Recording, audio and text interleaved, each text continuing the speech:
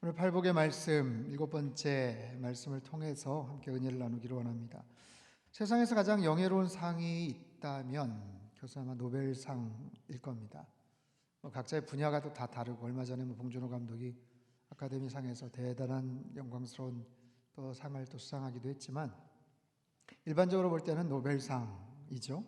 다이너마이트의 발명자인 스웨덴의 알프레드 노벨의 유언에 따라서 인류의 복지에 공헌한 그해에 정말 탁월한 헌신과 인류의 복지, 세계의 평화 아니면 여러 가지 유익을 위해서 수고했던 사람들을 각 분야별로 6개 분야로 상을 수여를 합니다. 그 중에도 평화상은 아마 가장 영예로운 그런 상이 아닐까 싶어요. 평화를 만든다는 것은 참 쉽지가 않죠. 자신을 희생해야 되고 뭔가 인류에 사무쳐 특별한 헌신과 희생과 노력을 기울이는 그런 기관이나 또 그런 개인에게 이런 특별한 영예로운 상을 수여합니다. 인류 최초의 전염병으로 불리는 천연두라는 게 있죠. 기원전 1500년 인도에서 발생을 했다고 알려집니다. 이집트 파라오의 람세스 5세 미라에서도 흔적이 발견됐고요. 로마 제국의 아우렐리우스 황제를 포함한 그 당시의 로마인 500만 명이 천연두로 목숨을 잃습니다. 영국 여왕 메리 2세, 프랑스 루이 15세, 러시아 표트르 2세, 당대 최고 권력을 가졌던 사람들도 천연두로 희생을 당하죠. 1519년 스페인의 정복자 에르난 코르테스는 1,000명이 되지 않는 인원으로 멕시코의 아즈텍 제국을 무너뜨립니다. 결정적으로는 천연두가 이유였습니다. 남미 페루의 잉카 제국도 당시 퍼진 천연두 바이러스로 몰락을 당합니다. 정말 엄청나게 무서운 그런 전염병이죠. 근데 이 천연두가 1796년 영국의 제너가 백신을 발견하면서 서서히 힘을 잃게 됩니다. 그리고 마침내 1980년, 얼마 되지 않았어요. 80년 5월 세계보건기구는 지구에서 천연두가 완전히 사라졌다고 공식 발표를 하죠. 아마 영국의 제너 시대에 노벨 평화상이 있었다면 아마 그해의 노벨 평화상은 당연히 제너가 받았지 않았을까 싶어요. 오늘 이 시대에도 코로나19 바이러스에 대한 결정적 백신을 누군가 만든다면 아마 노벨상을 10개를 줘도 아깝지 않다고 생각을 해요. 지금 우리들은 그 어느 때보다도 두렵고 불안한 시간들을 보내고 있죠. 오늘 마태복음 5장 9절에 나와 있는 화평케 하는 자, 화평이란 단어, 평화란 단어, 평강이라는 이 단어, 일상에서의 평안함, 평화가 얼마나 소중한 것인지를 절감을 하고 있어요. 마음껏 외출을 하고 마음껏 마트나 식당도 가고 친구도 만나고 편안하게 사람들 만나고 교제하고 학교나 직장에 가고 편안하게 예배를 드리는 것, 이것이 불과 얼마 전까지만 해도 우리가 누렸던 그런 일상입니다. 그런데 이런 평안한 일상이 완전히 깨어지고 말았죠. 참 기가 막힌 것은 불과 5일 전입니다. 지난 18일 31번째 바이러스 확진자가 생기고 나서 불과 닷새 만에 우리나라는 중국을 제외한 일본 크루즈를 제외한 가장 많은 확진자를 그런 듯 나라가 되었어요. 기하급수적으로 숫자가 계속 늘어납니다. 이제 막 퍼지기 시작한 것 같은데 도대체 언제까지 상황이 진정이 될지, 언제 우리가 이 평안한 일상으로 되찾을 수 있을지 참 마음이 무겁고 답답합니다. 화평케 하는 자는 복이 있나니 저들이 하나님의 아들이라 일컬음을 받는다. 이런 팔복을 지금까지 쭉 살펴보면서 각자의 그 복에 대한 하나님의 약속이 있었어요. 심령이 가난한 자는 그의 마음 가운데 천국이 임한다. 애통해 하는 자는 그들이 위로를 받게 되고, 온유한 자, 길들여지는 자는 더 넓은 영적인 지경들을 확장하게 된다. 의에 줄이고 목마른 자는 그들이 배불름을 받게 될 것이다. 긍휼히 여기는 자는, 타인을 긍휼히 여기는 자는 그들이 긍휼히 여김을 받게 될 것이다. 지난주 마음이 청결한 자는 그들이 하나님의 뜻을 분별할 수 있다. 다 귀한 영적인 축복이지만 특별히 오늘 본문에 화평케 하는 자, 피스메이커들은 하나님의 아들이라 일컬음을 받는다. 하나님의 아들이라 칭함을 받는다. 다른 여러 가지 복도 대단하지만 사실은 팔복의 내용 중에 백미라고 말할 수가 있어요. 이러한 평화에 대한 관심은 하나님이나 우리 인간이나 참 비슷하죠. 평화를 만드는 것에 대한 인간의 노력과 그 관심, 헌신에 대한 공로, 마찬가지 하나님께서 가장 큰 찬사를 보내시는 것 같아요. 그만큼 평화를 만드는 것이 어렵다라는 반증이죠. 2차 세계대전이 끝난 1945년에 세계 평화의 중요성을 깨닫고 유엔이 발족됩니다. 유엔을 창설했던 사람들은 1차, 2차 세계대전을 겪으면서 너무나도 많은 사람들이 살육을 당하고 전쟁에서 목숨을 잃고 끔찍한 참상을 경험했기 때문에 적어도 우리 후대에는 이런 전쟁이 벌어지지 않게끔 만들자라는 취지에서 유엔을 창설을 해요. 그런데 아이러니컬하게도 유엔이 만들어지고 난 그때서부터 지금까지 지구상에선 단 하루도 전쟁이 끝일 날이 없었다라는 거예요. 역사학자들은 말합니다. 인류의 역사는 전쟁의 역사다. 여러분, 각 나라 민족마다 얼마나 많은 피 흘리는 전쟁의 끔찍한 재앙과 살육들이 있었는지 몰라요. 전쟁사의 평화의 시기, 그것도 또 다른 전쟁, 누군가를 침탈하기 위한 그것을 준비하는 그런 시기다, 그런 얘기를 해요.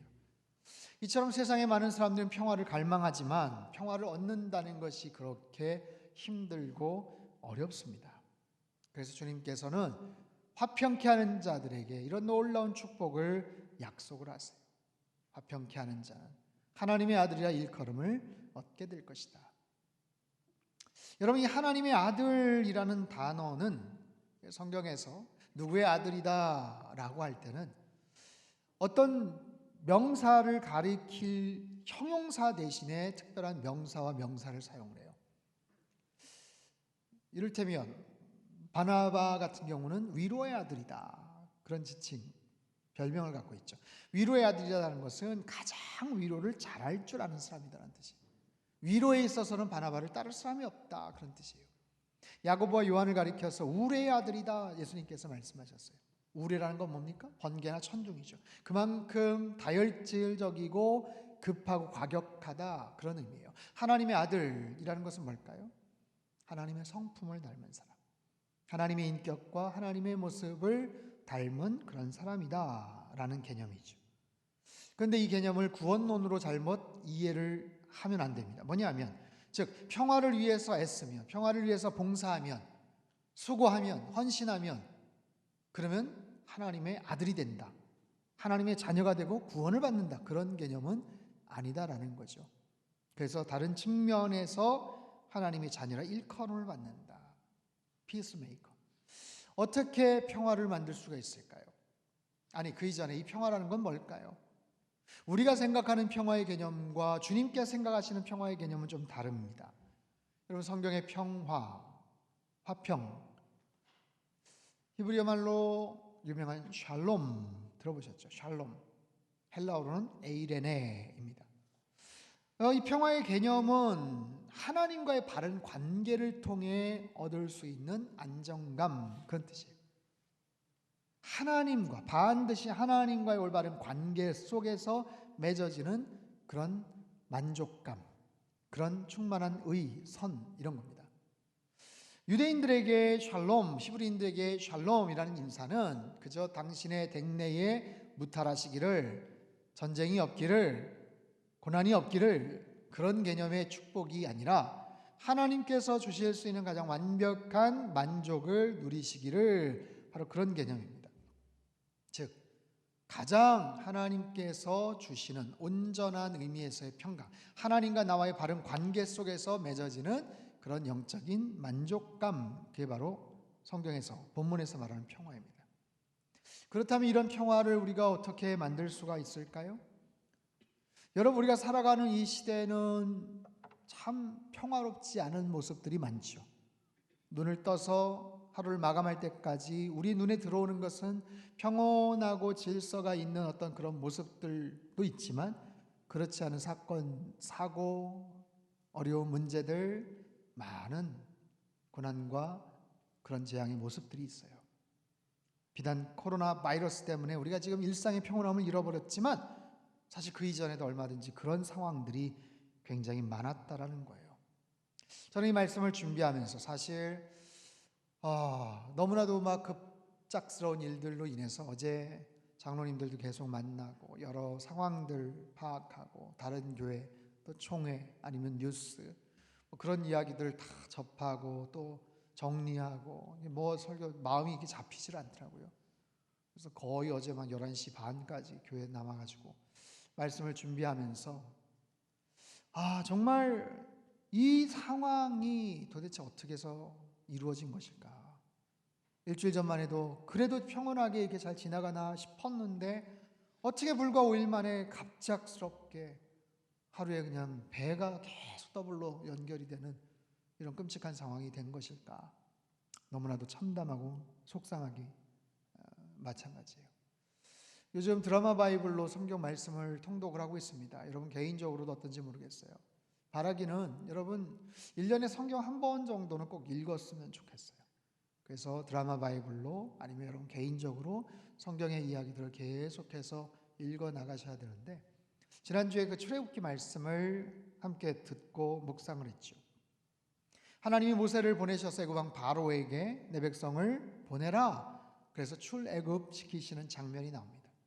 거기에 애굽과 그 바로에게 10가지 혹독한 재앙을 내리시죠. 여러분 10가지 재앙 뭔지 아세요? 아십니까? 피, 개구리, 이, 파리, 악질, 독종, 우박, 메뚜기, 흑암, 장자의 죽음. 그렇게 10가지의 재앙을 하나님께서 퍼부시는데 거기에는 각각 하나님의 메시지가 있었어요. 거기에는 무서운 전염병의 재앙이 있었습니다. 성경 곳곳에는 그런 전염병의 재앙이 있고 하나님께서 그런 질병으로 때로는 심판을 내리시는 경우들이 많죠. 그런 이야기들이 있었죠. 중국의 우한에서 이 코로나 바이러스가 시작이 되었을 때 그 이유가 뭘까?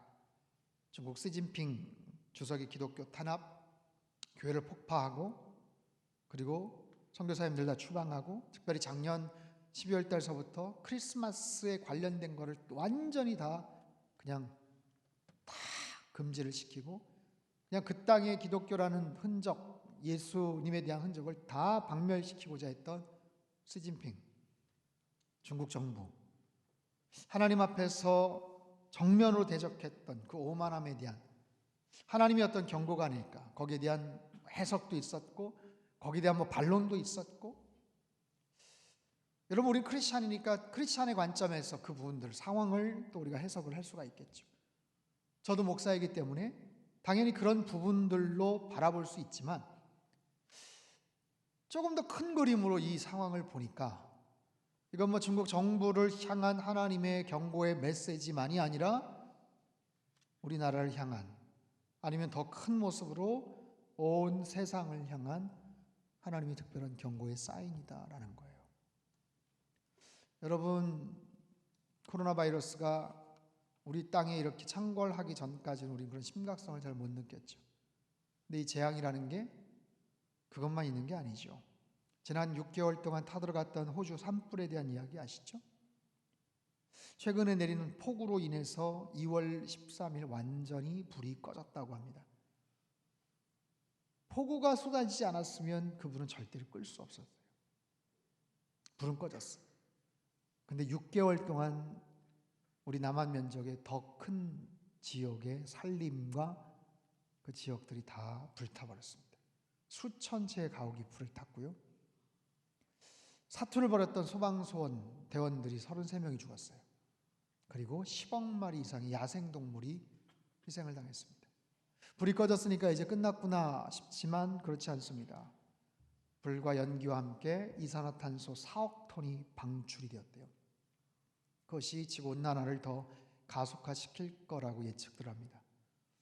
여러분 최근 동아프리카 일대에 엄청난 메뚜기 떼들이 창궐하고 있다는 혹시 뉴스를 들으셨나요? 케냐, 소말리아, 에티오피아, 수단, 동부 아프리카에 거대한 사막 메뚜기 떼들이 무리를 지어서 지역을 막 훑고 지나가는 거예요. 하루에 한 150km를 뛸 수 있어요.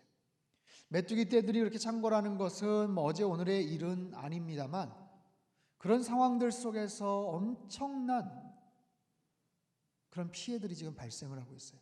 군데군데 그 메뚜기 떼들이 집합해서 모든 상황들, 모든 농작물들을 다 긁어먹는데 제일 크게 그 영역을 확보하고 그 메뚜기 떼들이 몰려있는 곳을 찍어보니까 길이가 60km, 너비가 40km 정도 되는 면적. 여러분 상상이 되십니까? 길이가 60km예요. 여기서 60km 밟으면 어디까지 가나요? 60km 거리, 40km 너비, 그 영역 안에 메뚜기 떼들이, 크게는 어른 정말 주먹만한 그런 메뚜기 떼들이 온갖 농작물들을 다 뜯어먹어요. 세계 식량농업기구는 약 2천억 마리 정도 된다고 추산을 하는데 카운트를 할 수 없죠. 더 무서운 것은 이 번식이 너무 지금 왕성해서 특별한 게 없으면 6월까지 개체수가 지금보다 무려 500배가 더 증가할 거라고 예측을 합니다. 상상을 초월한 숫자예요. 지금 우리나라가 지금 난리가 났는데 아프리카 걱정할 때냐 싶지만 그렇다는 거예요. 지금 지구 곳곳에 그런 특별한 일들. 여러분 북극과 남극의 빙하와 영구 동토층이 빠르게 녹아내리고 있죠. 그래서 따뜻한 겨울 온난화로 인해서 지난주에 좀 눈이 좀 왔지만 한 달 전에는요 사우디아라비아 사막에 폭설이 내리는 진풍경이 벌어지기도 했습니다. 이런 혼란스러운 상황 속에서 일본 정부가 방사능 오염수 해양 방출 계획을 하고 있다고 합니다. 얼마나 많은 해양 동식물들이 죽어가고 생태계가 파괴되고 2차, 3차 피해를 인간들이 입을지 너무나 두렵습니다. 자, 인간의 죄악에 대해서, 인간의 그 완악함에 대해서, 어리석음에 대해서 마치 하나님께서 애굽 지역의 10가지 재앙을 계속해서 퍼부으셨던 것처럼 하나님께서 오늘 이 시대에 지구 곳곳에 이곳저곳에 다양하고 치명적인 그런 여러 가지 모습의 재난들을 마치 하나님께서 어떤 특별한 메시지를 가지고 보내시는 것과 같아요. 인간의 교만함, 하나님을 끊임없이 부정하고 불신하고 대적하고 자연을 파괴하고 하나님의 창조 질서를 무시한 인간들의 그 죄악들을 지금 알리는 메시지입니다. 대한민국의 백성들을 향해서는 신천지도 무섭고 코로나 바이러스도 무섭지만 하나님 살아계심을 무서워해야 되지 않겠냐라는 그런 경고의 메시지죠. 여러분 애굽의 10가지 재앙을 보내실 때마다 하나님의 특별한 일관적인 하나님의 뜻이 있었어요. 그래서 뭐냐면 내 백성을 보내라. 그들이 나를 예배할 것이다. 그들이 나를 온전히 예배할 것이다. 그리고 내가 하나님됨을 너희들이 알 것이다. 나의 하나님됨을 너희들이 알 것이다 라는 거예요. 하나님께서는 완악하고 악독한 애굽왕 바로가 하나님이 살아계시고 하나님이 얼마나 두려운 존재라는 것을 처절하게 깨닫기를 하나님은 원하셨어요. 그리고 이스라엘 백성들 출애굽시키셔서 그들이 참 예배를 드리기를 하나님은 원하셨죠. 여러분 인터넷 통해서 혹시 들으셨겠지만 코로나 바이러스로 인해서 오늘 많은 교회에서 예배들이 취소되고 드리지를 못하는 상황이 됐습니다. 제가 일전에 캐나다 밴쿠버에 있을 때요, 밴쿠버는 이렇게 눈이 잘 안 옵니다. 동부 쪽은 폭설이 쏟아지지만 서부 밴쿠버는 비가 와요, 되게. 근데 어쩌다가 한 번씩 폭설이 쏟아지면 이게 제설 장비나 이런 시스템이 좀 별로예요. 그래서 토요일 날 밤 아니면 주일 새벽에 폭설이 쏟아지면 예배를 드리기가 어렵습니다. 아예 나와서 교회까지 차를 몰고 가기도 힘들고 설령 갔다고 해도 주차장에 눈이 수북이 쌓였기 때문에 차를 댈 수가 없어요. 그러면은 신속하게 메시지를 보내죠. 오늘 폭설로 인해서 예배를 드릴 수 없습니다. 그런 상황이 발생하는 거예요. 여러분 생각해 보십시오. 그런 특별한 일들을 제외하고 이렇게 예배를 취소하고 폐쇄하는 경우가 또 있을까요? 전쟁이라도 나면 몰라도 정말 사회주의, 공산주의 국가가 되지 않는 이상 여러분 이런 일들은 정말 힘들고 드문 케이스죠.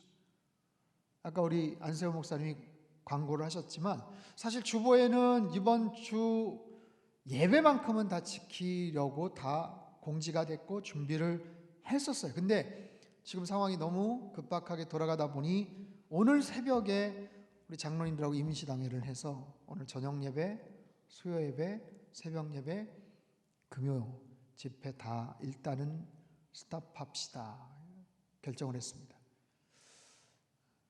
그 다음 스케줄은 주일날 공지가 되거나 아니면 홈페이지를 통해서 아니면 여러분들에게 메시지가 갈 거예요.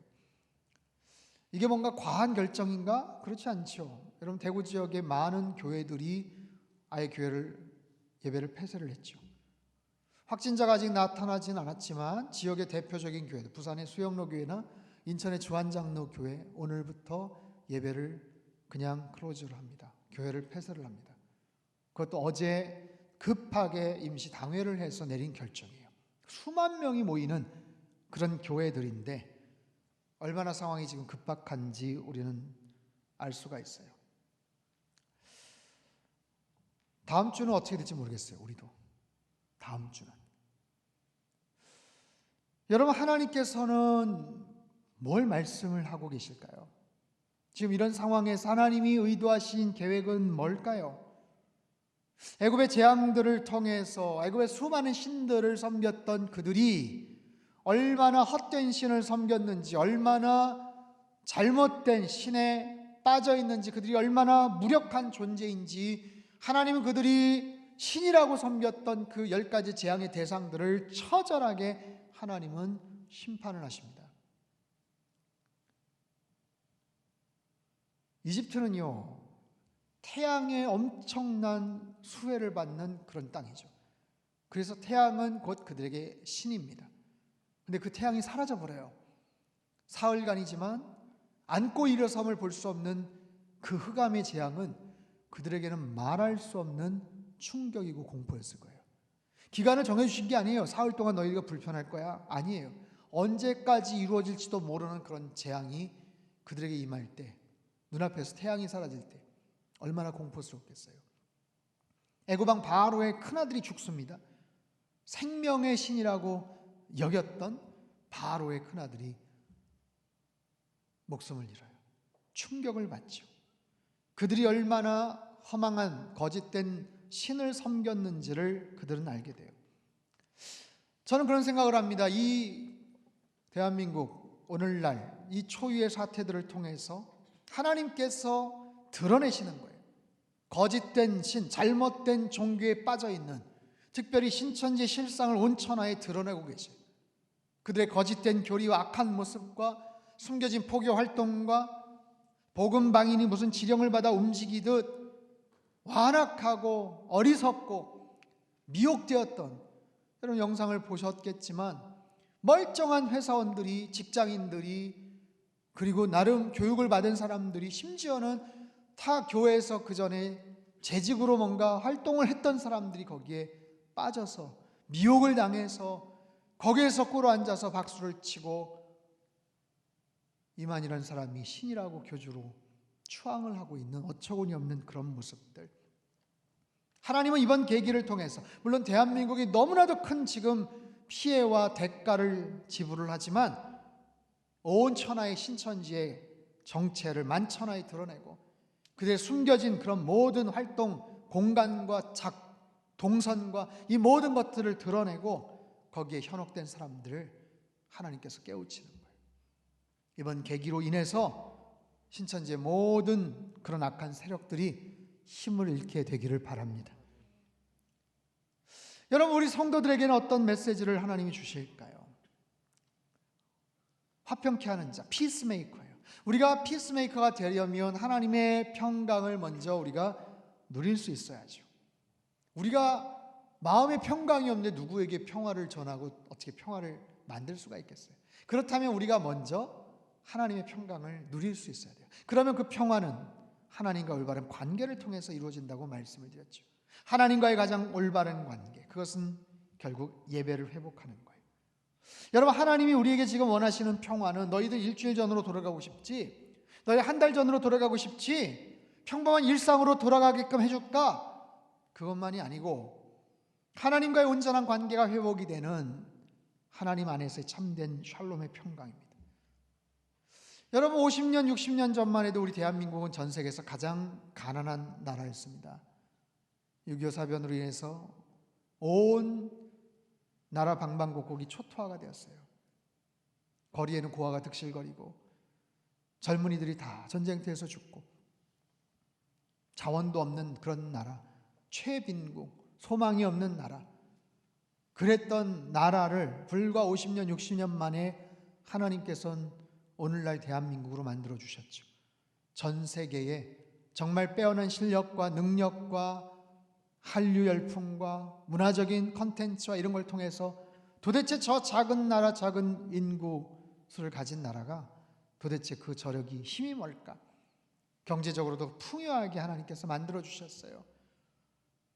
여러분 어린 시절 어떤 경험을 하셨는지 모르지만 저 신학교 다닐 때만 해도요, 매주 금요일날 저녁이 되면 학교 뒷산에 보면은 산기도를 하시는 그런 교회 어르신들이 있었어요. 금요 철야 마치고 산에 올라가 산기도. 산에 왜 가서 산기도를 하지? 여러분 그 개념 자체가 아마 이해가 안 되실 거예요.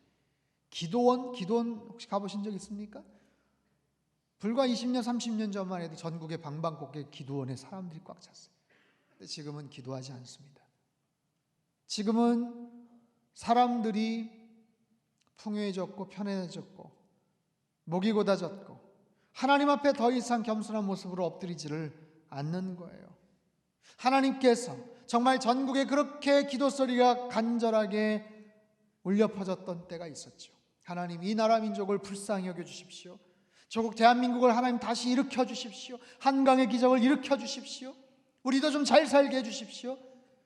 그런 간절한 기대와 소망을 통해서 전 세계적으로 전무후무한 그런 경제적인 발전과 안락하고 편안한 생활들을 할 수 있게 되었는데 어느덧 우리들의 마음이 높아지고 교만해졌어요. 저는 이 과정을 통해서 하나님이 주시는 메시지가 있다고 생각해요. 교회가 뭔가? 교회가 문을 닫아? 그럼 어떡하지? 예배를 못 드려? 예배가 뭔가? 여러분 하나님은 어떤 존재십니까? 여러분에게 하나님은 어떤 분이세요? 여러분이 드리는 하나님에 대한 그 예배는 어떤 건가요? 하나님께서 나의 예배를 지금까지 어떻게 받으셨을까 생각해 보셨나요? 오늘 아침 설교를 준비하고 주일 아침 일부 예배에 올라오면서 말씀 한 구절이 딱 떠올라서 굉장히 제 마음이 아팠습니다. 말라기 시대 때 하나님께서 이스라엘 백성들을 향해 책망하시는 말씀이에요. 그 시대의 이스라엘 백성들 성전에서 열심히 하나님을 찬양하고 예배한다고 했지만 그들의 마음속에는 하나님을 소중히 여기는 마음이 없었어요. 제사를 꼬박꼬박 드린다고는 했지만 형식적이었습니다. 위선적이었죠. 그렇게 절차와 형식에 입각했던 나중에 바리새인들로 그렇게 점철되었던 그들의 어떤 모습들, 아무런 감흥이 없고 아무런 준비도 없고 아무런 하나님을 향한 사랑과 정성이 없는 그들의 예배를 하나님이 나는 더 이상 너희들의 예배를 받고 싶지 않다 말씀을 하세요. 심지어는 말라기서 1장 10절에 누가 너희들의 그 성전을 닫을 자가 있었으면 좋겠다. 너희들의 그 성전문을 닫을 자가 있었으면 좋겠다. 너희들의 그 형식적인 그 예배 나 받고 싶지 않으니까 차라리 문을 닫았으면 좋겠다. 그 말씀이 떠올라서 얼마나 가슴이 아팠는지 몰라요.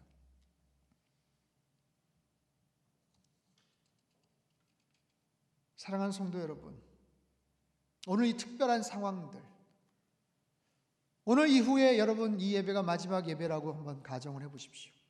정말 다음 주에 어떤 공지가 뜰지 모르겠어요. 그리고 그 예배 중단 그리고 교회 폐쇄가 언제까지 이루어질지 몰라요.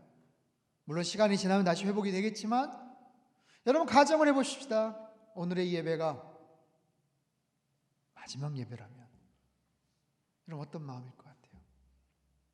어쩌면 지금까지 우린 너무 편안한 환경 속에서 너무 좋은 여건 속에서 하나님을 예배하지 않았나. 성가대도 하고 다른 여러 가지 모습으로 봉사를 하지만 때로는 투덜거리고 때로는 하기 싫어서 귀찮아했던 그런 마음들이 혹시 있지 않았나. 교회가 폐쇄가 되고 예배가 스탑이 되면 우리들은 어떻게 할 것인가.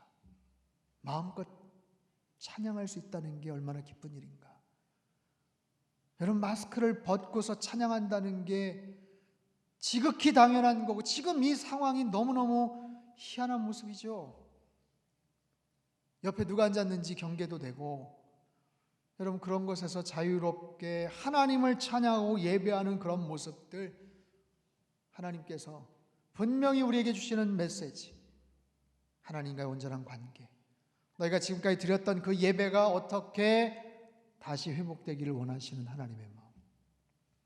여러분 삶 가운데 하나님을 진정으로 경외하는 참된 예배의 회복이 있게 되기를 바랍니다. 설령 온라인으로 예배를 드린다고 해도 여러분 경건 생활에 더욱더 힘쓰십시오. 말씀의 자리에 더 나아가십시오. 무엇보다도 하나님의 그 평강을 더욱더 누리십시오. 그럴 때 여러분들이 누군가를 화평케 하는 그런 사람들이 될 수가 있어요.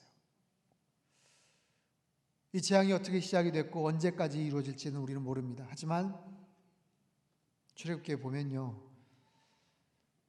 하나님께서 모세의 지팡이를 통해서, 하나님의 명령을 통해서 그 끔찍한 재앙들을 순식간에 사라지게 하시더라고요. 강력한 돌풍이 불면 뿌연 미세먼지들이 순식간에 사라질 수 있는 것처럼 하나님의 은혜의 바람, 하나님의 성령의 바람으로 인해서 이 땅의 모든 바이러스들이 다 사라지게 되기를 소망합니다. 여러분 안에 참된 예배가 회복이 되고 하나님과의 온전한 관계가 다시 회복이 되고, 그래서 하나님께서 주시는 진정한 평강을 맛보고 그 평강을 누군가에게 평화를 전하되 제대로 된 평강을 알지 못하고 참된 평화를 알지 못한 채 살아가는 우리 주변의 사람들에게 하나님의 평화를 전하는 그런 피스메이커로서 하나님의 아들, 딸로 살아가는 여러분이 되시기를 주님의 이름으로 축복합니다.